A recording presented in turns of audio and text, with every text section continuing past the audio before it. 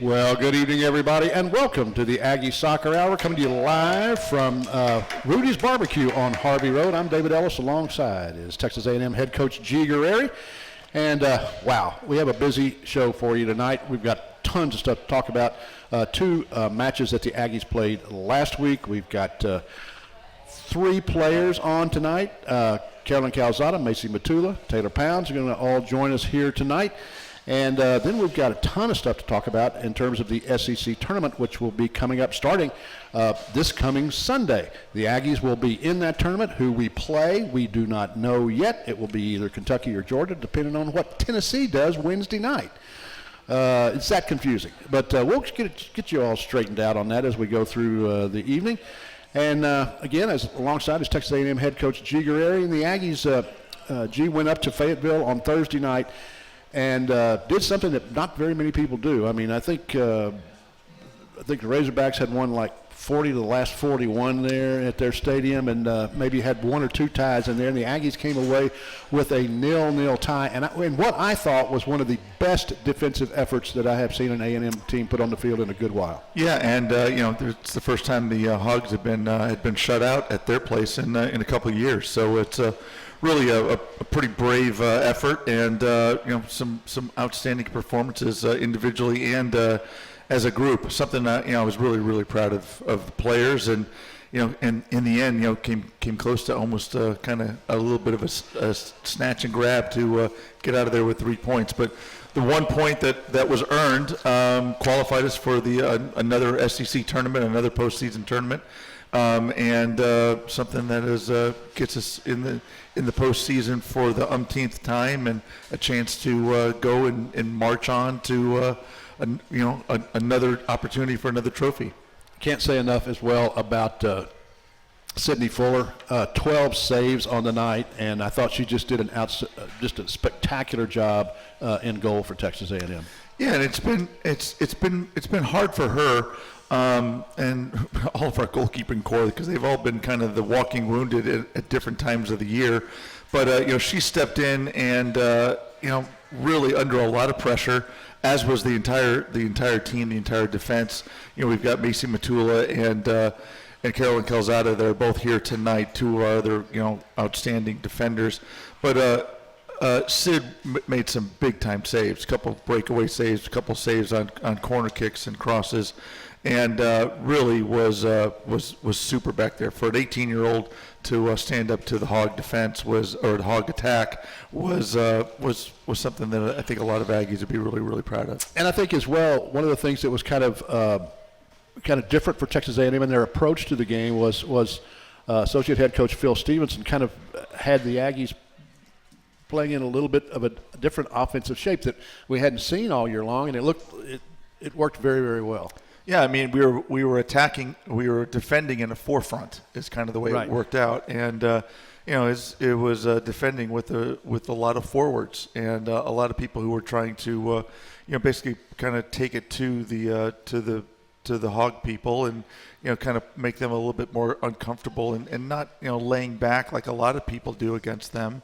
And that's that is different. That makes it a little bit more uncomfortable for them, and hopefully kind of makes it to where we can play more often in their half of the field. And the first half, I think Phil's description at halftime was, we didn't play much soccer in the first half. Hopefully we're going to play some more in the second half. Was right on because that playing against those guys.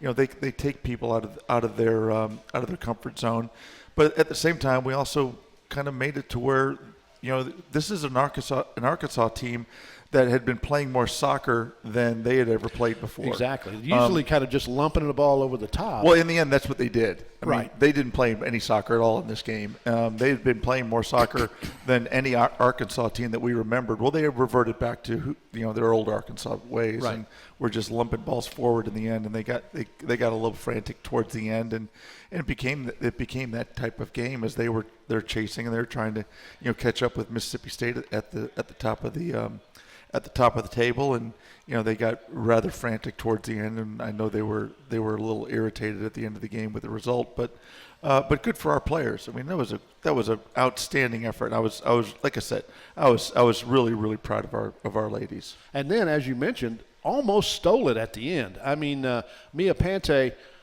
with a shot from the left side, it just went outside the far post. But it forced Keegan Smith, the goalkeeper for Arkansas, to kind of come out off of her line. Mm-hmm. And I mean, Mia's shot was maybe 6 inches wide. I mean, it was very, very close. And the Aggies could have literally stolen one there in Fayetteville. Yeah, well, I mean, and we had Mia had a chance early in the game too. So it wasn't like the only chance that we saw all game, but it was an outstanding chance when you defend, and then all of a sudden it breaks free with a great little pass by Kennedy Clark to put her in. Oh yeah, that was a great ball. Was outstanding. So, I mean, all in all, you go up there. I don't think anyone was expecting that out of anyone, because they had thumped so many other teams. They had just beaten Tennessee 5-0 up there. They had beaten Missouri 8-2. They've outscored everyone in the country. They're the highest scoring team in the country. Yeah, they had 52 goals coming into that game, if I remember right. Correct. And even though we've taken more shots than anyone else in the league, they've scored the most goals, and you got to give them a lot of credit. What they do is what they do, and it's not pretty in the way that they accomplish it, but it's effective in what they do. And our players were able to go up there and say, no, not tonight. It's not going to happen. Right. And now we may very well see them at the beach, and we may very well see them in the second round if we can get through our first round match, depending on who we play. But that night in Vietnam was a battle. And we'll talk about more about the tournament in the third segment. But you're absolutely right in the sense that we don't know, the Aggies don't know whether they're going to be playing Georgia or Kentucky, and depending on which team the Aggies play, we could be playing either Arkansas or Mississippi State in the second round. Correct. So I mean. We're going to play some teams that we just saw, which I think is great, and I know that this team wouldn't mind having another crack at both of those teams.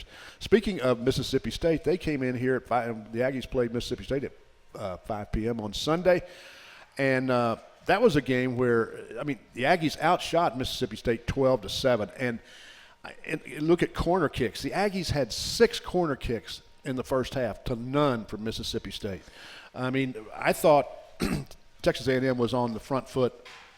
Well, the whole first half. Yeah, the whole first half, basically. Had some great opportunities. The referee called one back against us because the Mississippi State player kicked her own player in the throat on the goal line. Right. And then the other player fouled Jasmine on the 6-yard line and called a foul against us for some.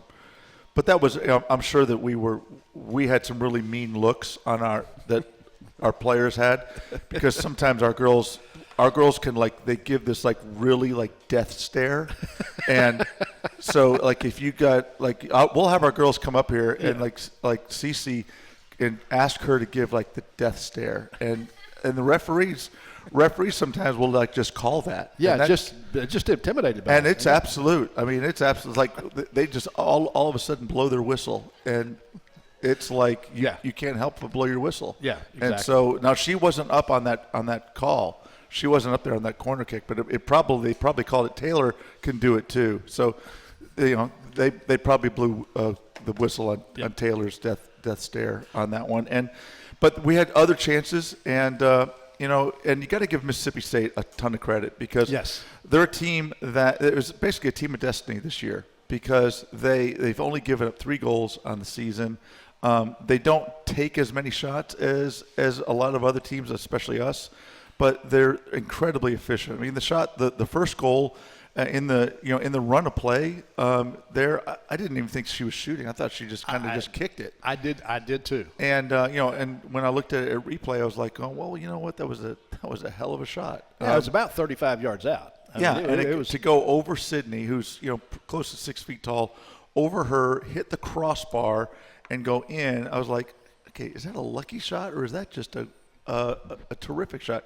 And she scored a couple other goals this season off the woodwork and went in. So I was like, well, she's done that several times this year, so it must be what she's aiming for, and she's really good at hitting the woodwork and going in. So we're talking about Allie Perry, and she has nine goals. Yeah. On the So season. I mean, and that's how they've scored. They've scored a ton of goals like that, against the run of play, and boom, they score, and then they've got such great confidence to be able to defend those goals, and they work hard. They're very organized in the way that they defend, and and then they were quick to score on in the second half when a foul was called, in a kind of an interesting situation, and quick bang bang, they scored the second goal there with just a few minutes left in the match, and that was it. And again, hats off to him, because I think James Armstrong has done a wonderful job there. He and his staff have got that team believing, and they're undefeated as they've gone through it, and so they go in as the number 1 seed. They still have one more game that they've got to play tomorrow. They've got to go back to South Carolina to play a very good Gamecock team, but they've already wrapped up the number 1 seed. They're number 2 in the nation in one poll. They're number 1 in another poll. And again, you can't say I say nothing negative against those guys, because they've made it work this year. And the fact that, like you said, the fact that they beat us with 2 goals against the run of play, right, again, is just that there's something special about teams that can do that, and they did it. Well, and you look, I mean, they went through the season, won 15 out of 16 games. They are 9-0-0 in conference play. As Coach G mentioned, they have one more game to play because of that was delayed back due to Hurricane Helene. As Coach G mentioned, there are 2 games to be played tomorrow, but that's one of them. So their opportunity to still go 10-0-0 to go have a perfect season in conference is still there for the Bulldogs. And you mentioned something. I want to make sure people heard what you said, because to me it's remarkable. They have given up 3 goals the entire season. Yep, and no goals in conference at their place, which is, that's home. That's a fortress when you can do that. And again, a lot of it is belief, just going out and doing it, and and then it builds on itself, and it builds on itself, and again, good for them. I mean, did we have chances? Yeah, we had chances. We did. And we did have chances. That's the whole thing. But we didn't do it. So they'll be the number 1 seed there in Pensacola. We'll talk more about the tournament later on. But I just thought, again, you look at the first 45 minutes of that game, and at halftime, I'm sitting there going, we're going to win this game.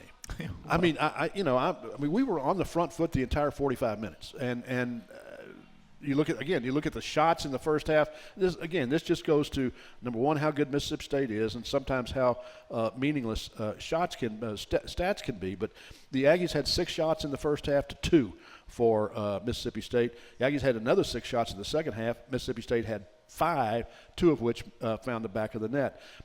And again, that corner kicks 8-1 total for the game in favor of Texas A&M. So I mean, the Aggies clearly. And I always looked at corner. But again, it's what do you do with those what chances? Do you do? What do you do with them? And we were not dangerous enough with our chances, and that's exactly something right. that we've got to do a better job with. You're absolutely right. All right, we're going to take a quick break, and then we're going to come back with our player guests, Carolyn Calzada, Macy Matula, Taylor Pounds. They'll join us up here in just a second. You're listening to the Aggie Soccer Hour with Texas A&M head coach G Guerrieri. All righty, we are back at Rudy's Barbecue on Harvey Road. It's the Aggie Soccer Hour with Texas A&M head coach G Guerrieri. I am David Ellis. And before I introduce our 3 guests tonight, I need to tell you that soccer and barbecue lovers know the perfect brisket needs the right wood. And Rudy smokes all of their meats using their delicious signature rubs in 100% oak-fired pits. Get your real Texas barbecue fix today at Rudy's or on the web at rudys.com. And by the way, they have got plenty of barbecue over there. If you're out and about trying to figure out what you're going to do for dinner, come on by Rudy's. They will sell you some very good barbecue. So we have 3 of our upperclassmen here, actually a graduate student, a junior, and a senior up here. So to my immediate left is Macy Matula, and she is a senior.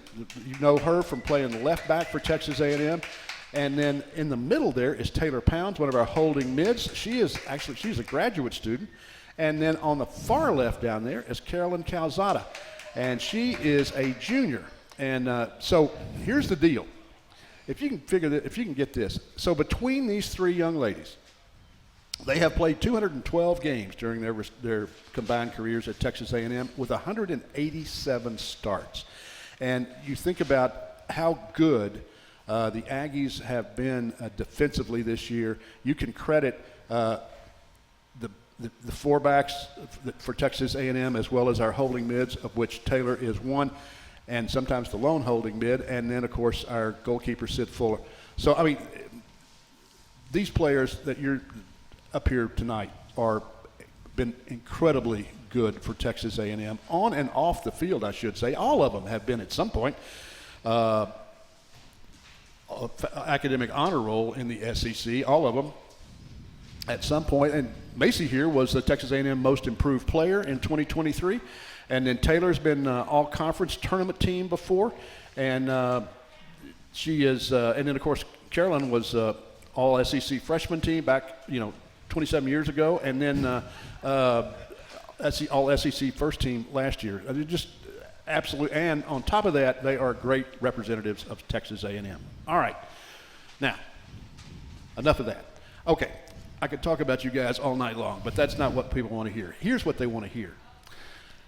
The Aggies right now are basically, it's a one-game season, right? You win this game on Sunday against whoever we're going to play, either Kentucky or Georgia. You win that game, and the Aggies will not only play on Tuesday, but more than likely, RPI is such that we'll get into the NCAA tournament. We lose this game, and probably not. We'll be out of the tournament and probably out of the NCAAs. So, I'm going to start here with you. You're closest to me, Macy. What is the team? What's the attitude of the team right now? What are you guys feeling?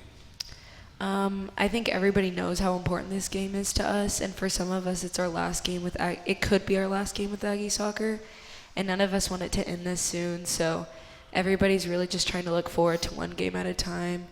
Go in, win the first one, then keep going, and then hopefully win the tournament. Absolutely. I mean, it's like we used to say this. I used to tell my son this back when he was playing baseball. When they need to win 3 in a row, and I'd ask him, I'd say, "Bo, how do you win 3 in a row?" And he'd go, "I don't know." I say, "Well, you win the first one. Yeah. That's what you do. You don't worry about the other 2. You win the first game, and that's what the Aggies need to do." Taylor, you're one of you've been around here for a while. This is your 5th year here, right? Yes. Yeah, that's what I thought. It's been a while. Yeah, and I'm very old and I'm forgetful. But so you're one of the players that have been around here a lot. What are you telling people? What are you hearing from your teammates? I think I'm just trying to encourage them every day to give their all, and this means a lot to our team. So I know that when we step on the field in Pensacola, we're gonna do everything we can to pull out a win. Because our team is so close, and we all just really want to accomplish this common goal of going far in the SEC tournament and ultimately winning. Yeah, CC, you're one of the captains of this team. And so, that puts you in a position on the back line. Plus, you're playing for the most part kind of a lot of times with the game in front of you. So you get to see more than other people do. What's your approach to this game, and what are you trying to talk to your teammates about to get them in the right place?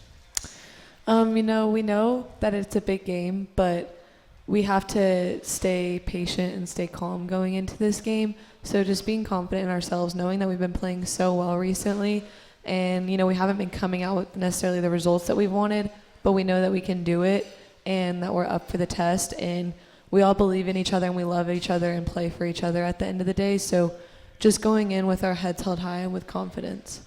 So one of the things that you heard me say this to Coach G in the first segment, but I thought the game that you you guys played defensively against Arkansas. Was one of the finest defensive efforts that I've seen the Aggies put on the field in a good while, and certainly the first half against Mississippi State, and most of the game against Mississippi State was the same thing.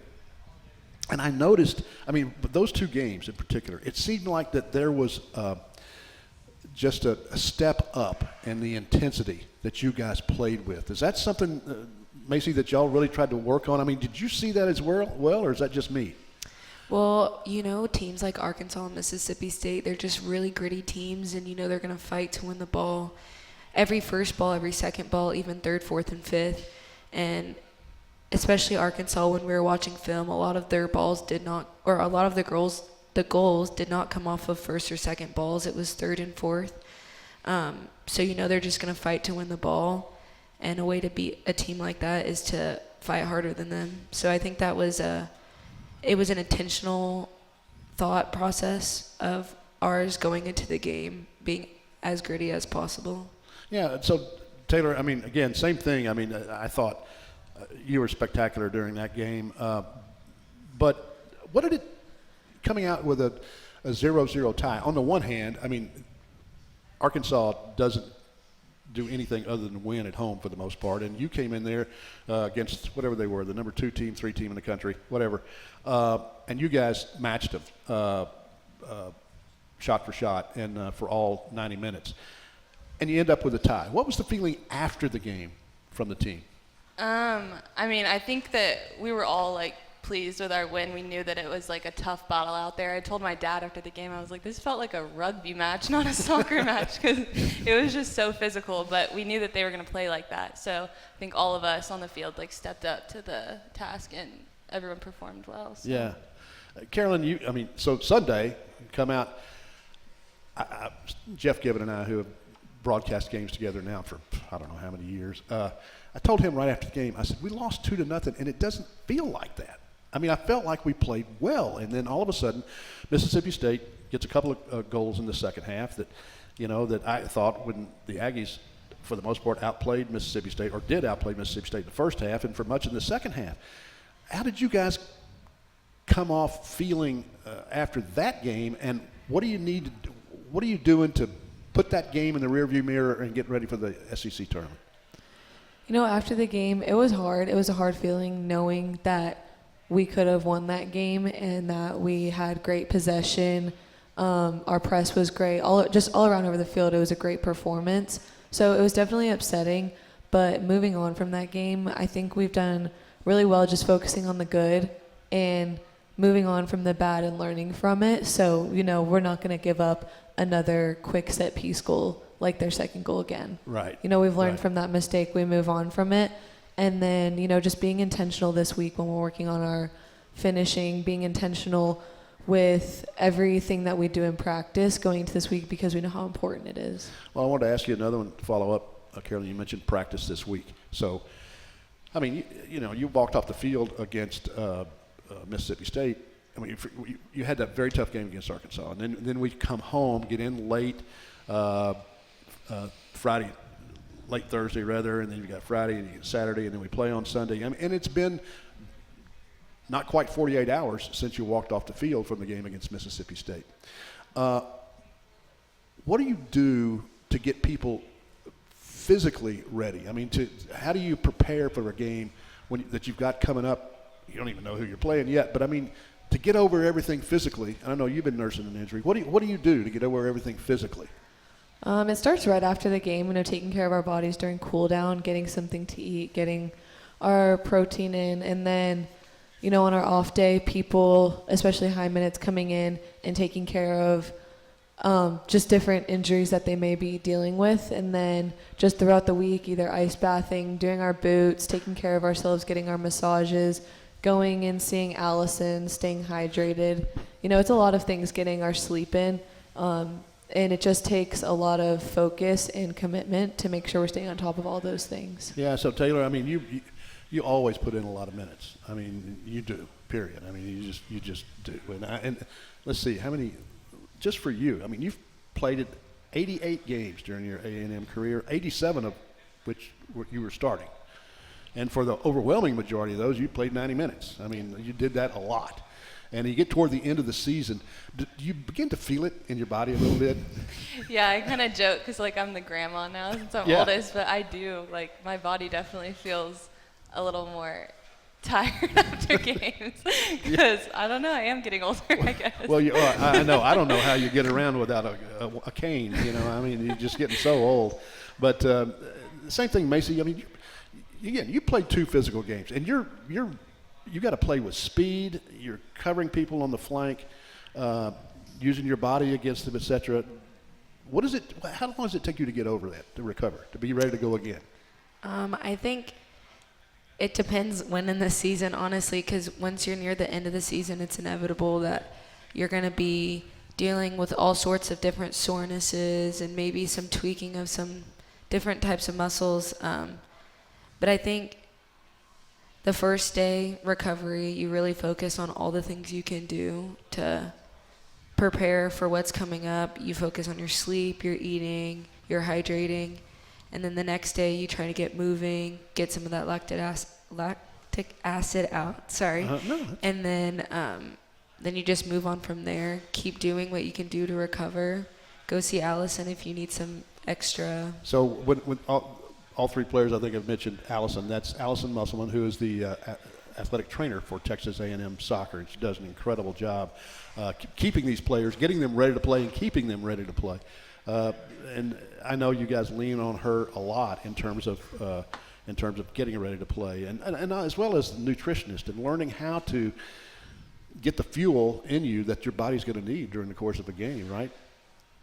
So nodding doesn't work on radio. Yes. Just giving you a hard time. All right, I want to talk about you, Macy, are a senior, and so what's next for Macy Matula? Wow, I don't know. I still have a whole semester left of college. I graduate in May, and then Degree in? engineering, What kind of engineering? civil engineering. Wow, okay.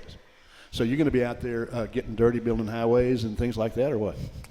At some point, I'm going to buy my own lake house. Okay, well, you know, you're gonna probably have to do something to make some money to buy that lake house with, right? I'm just guessing. Yeah, maybe a little bit of work at some Are you point. just going to marry well? Is that the other thing? Something like that, right? Okay. Taylor, what about you? You're getting your master's in what? Entrepreneurship. Okay. So- Tell us what your plans are. I have one more semester also like Macy, and I'll graduate in May. And then I'll be working in Houston and hopefully getting Macy to come work in Houston also. And what will you be doing? I'm doing auditing. Oh, okay. What was your undergraduate degree in? Accounting. Okay. Yes. All right. Okay. Super. And Cece, you've still got another year to go, right? Yeah. Okay. What does after soccer look like for you? Well, I'm graduating actually this December. Oh, okay. With my bachelor's in science of allied health. Okay. And then I will be starting the same master's program as Taylor, the entrepreneurship one, in January, and then graduating the following December after my soccer career is over, which, first of all, I would love to go play pro after Sure. my final season. That's the ultimate goal. But outside of soccer, I'd love to do medical sales. Yeah. There's a lot of money in that, I hear. Yeah. As much money as I'm paying for stuff, I can imagine that there probably is. You guys have been incredible representatives of Texas A&M, and have had incredible careers at Texas A&M and represented this university and this soccer team very, very well. And just want you to know that those of us who are fans of soccer appreciate what you do on the field, but also appreciate very much what you do off the field. Best of luck to all 3 of you. Thank you. Thank All righty. you. We'll come back with Texas A&M head coach G Guerrieri right after this. The Aggie Soccer Hour with Texas A&M head coach G Guerrieri. And I need to tell you, the 12th Man Foundation is the official fundraising organization and ticket provider for Texas A&M athletics. Support a 75-year legacy and help shape the future of Aggie athletics by donating today at 12thmanfoundation.com. Did you find a bracket? We were just talking about tournament bracket. Did you find one? Yeah, well, yeah, because I get the press releases from Craig Pinkerton with the SEC, so okay. it looks like that. But it doesn't matter because There's no teams in it it yet. doesn't matter until tomorrow when Tennessee plays Florida and South Carolina hosts Mississippi State finalize the standings. Exactly. So here's the deal. Tennessee, if they are going to play Florida tomorrow in Gainesville. And if Tennessee wins, then that means that the Aggies will be. So Tennessee currently have 9 points, and they are below the line. Right. So if they do not get a result, so they have to win. If they tie or lose, their season might come to an end. But what they do affects when Texas A&M plays and who Texas A&M plays, because them winning shuffles the order of finish a little bit. So if Tennessee wins, the Aggies will play Georgia at 11:30 a.m. on Sunday. The Aggies would be the 10th seed. Georgia would be the 7th seed. And if Tennessee ties or loses, as Coach G said, then the Aggies would play Kentucky. The Aggies would be the 9th seed. And so they would play the 8th seed, which would be the Kentucky Wildcats, and that game would be at 4:30 on Sunday. So when Texas A&M plays and who they play depends on what Tennessee does tomorrow. Tomorrow. And that game is like a 6 o'clock start, I believe.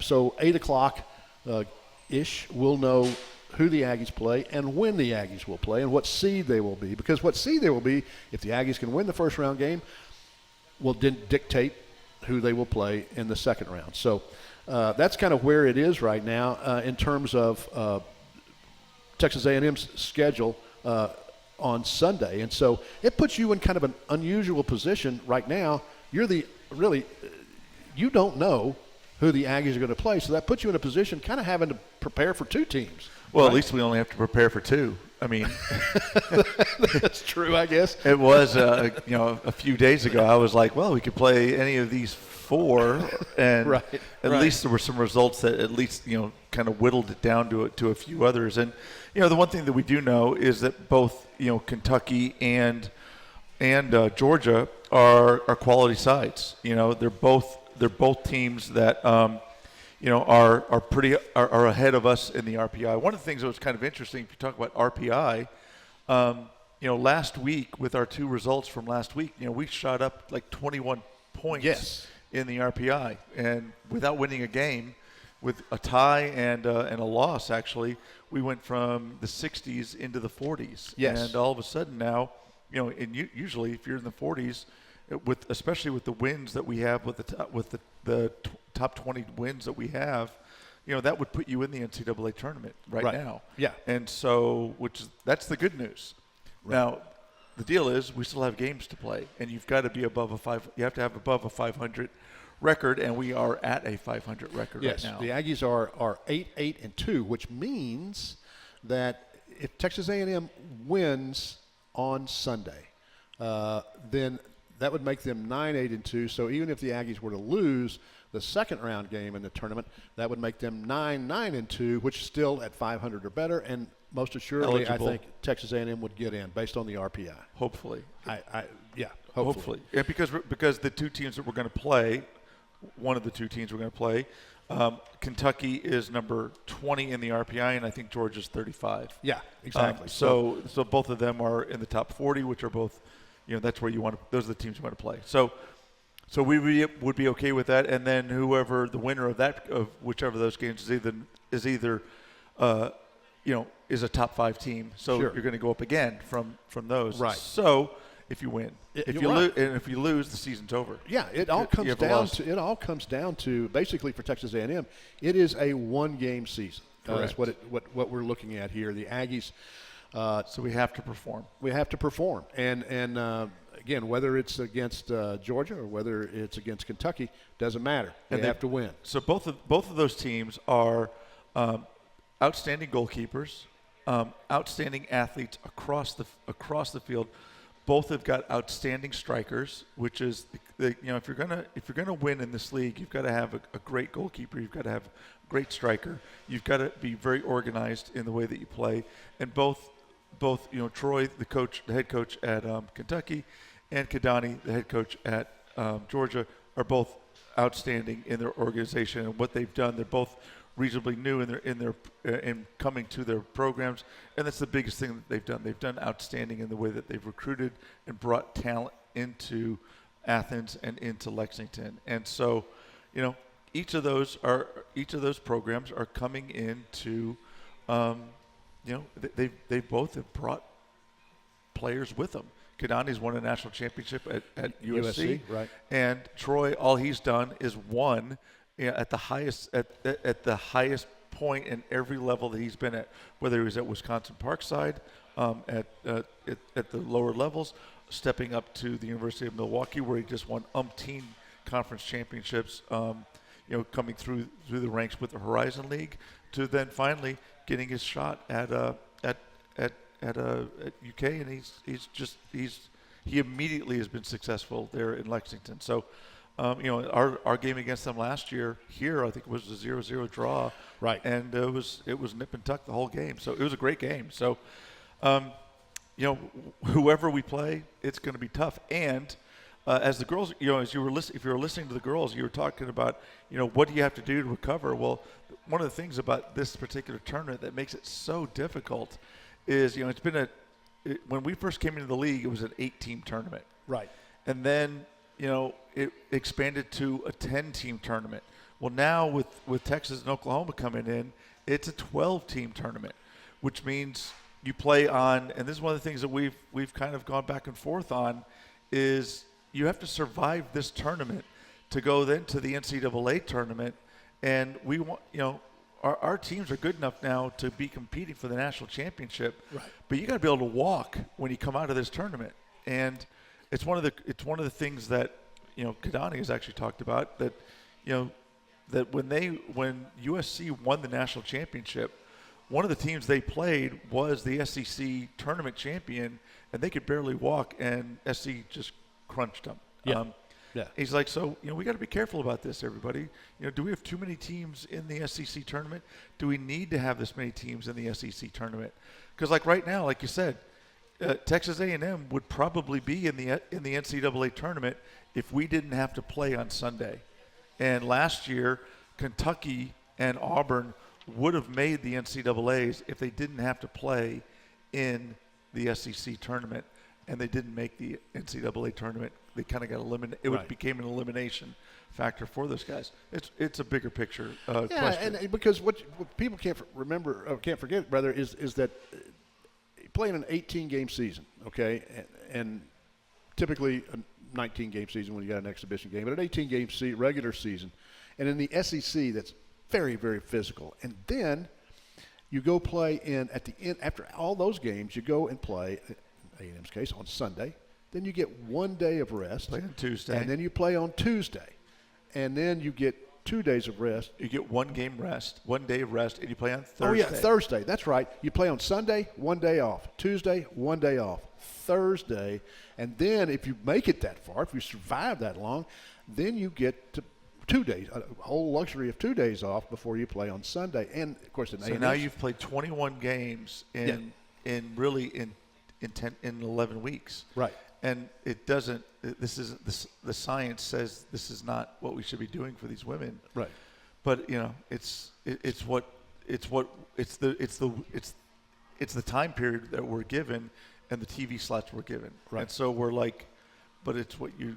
And they're like, well, if you don't want to, you know, what one side of our administrators are saying, this is what you have if you take it or leave it.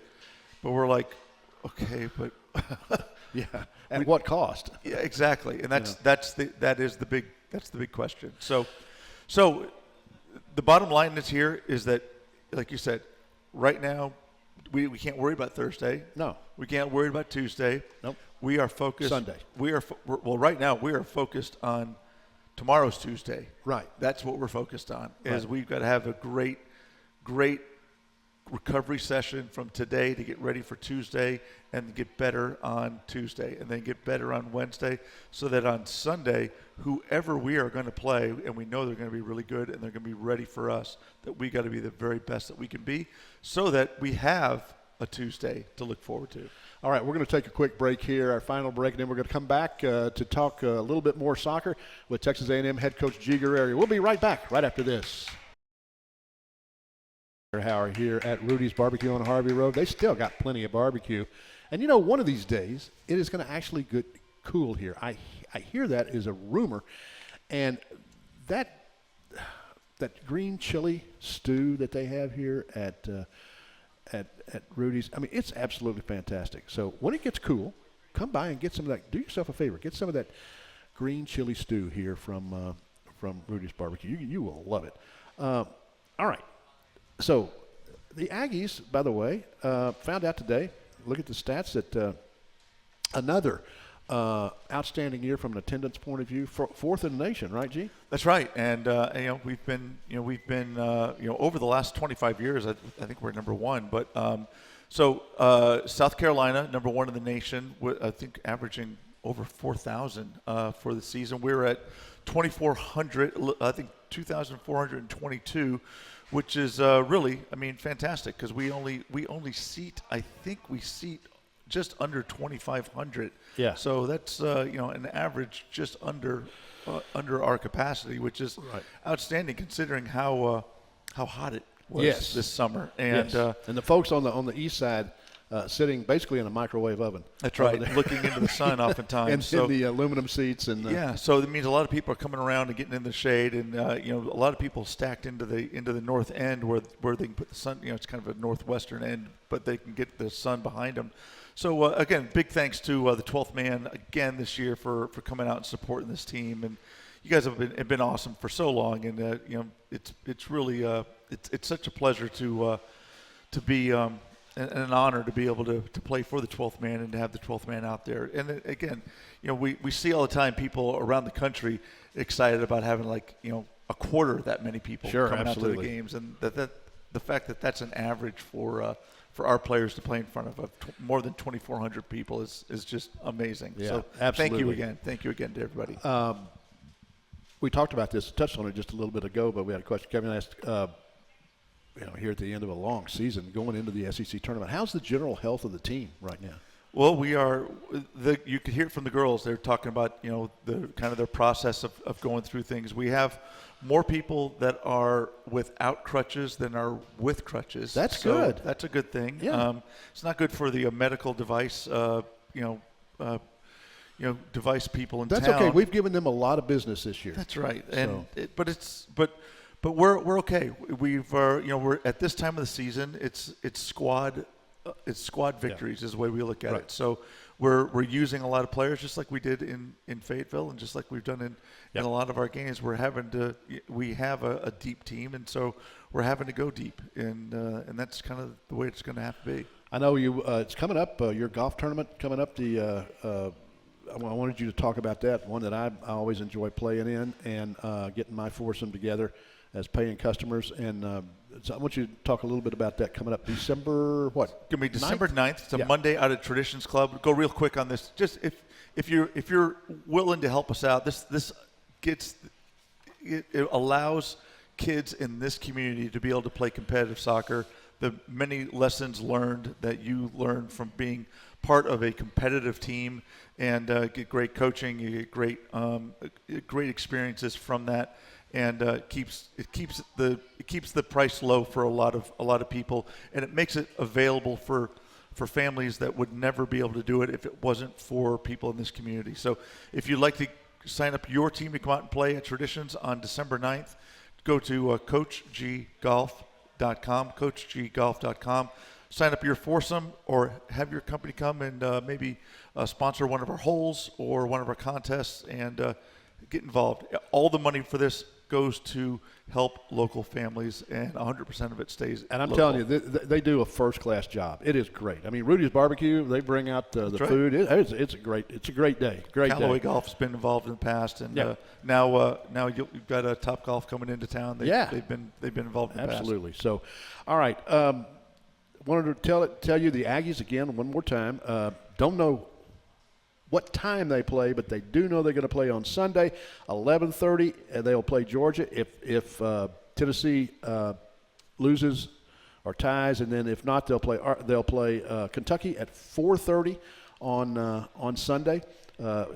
Watch AggieSoccer.com, the Aggie Soccer website, and the Twitter account and all that stuff.